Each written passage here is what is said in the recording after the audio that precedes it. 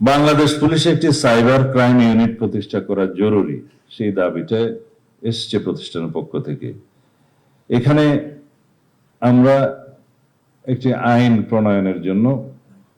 High level committee করে দিয়েছি কিছুদিন আগে। তারা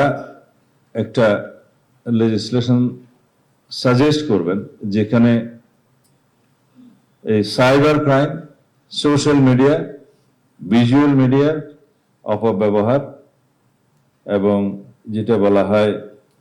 মিস ইনফরমেশন এবং ডিসইনফরমেশন স্প্রেডিং এর মাধ্যমে যে অপরাধটা হচ্ছে সেটা অ্যাড্রেস করা, সাথে সাথে এই সাইবার ক্রাইম সংক্রান্ত অন্যান্য যে সমস্ত অপরাধগুলো আছে সেটা অ্যাড্রেস করার ক্ষেত্রে এবং পিউনিটিভ মেজার্স নেওয়ার ক্ষেত্রে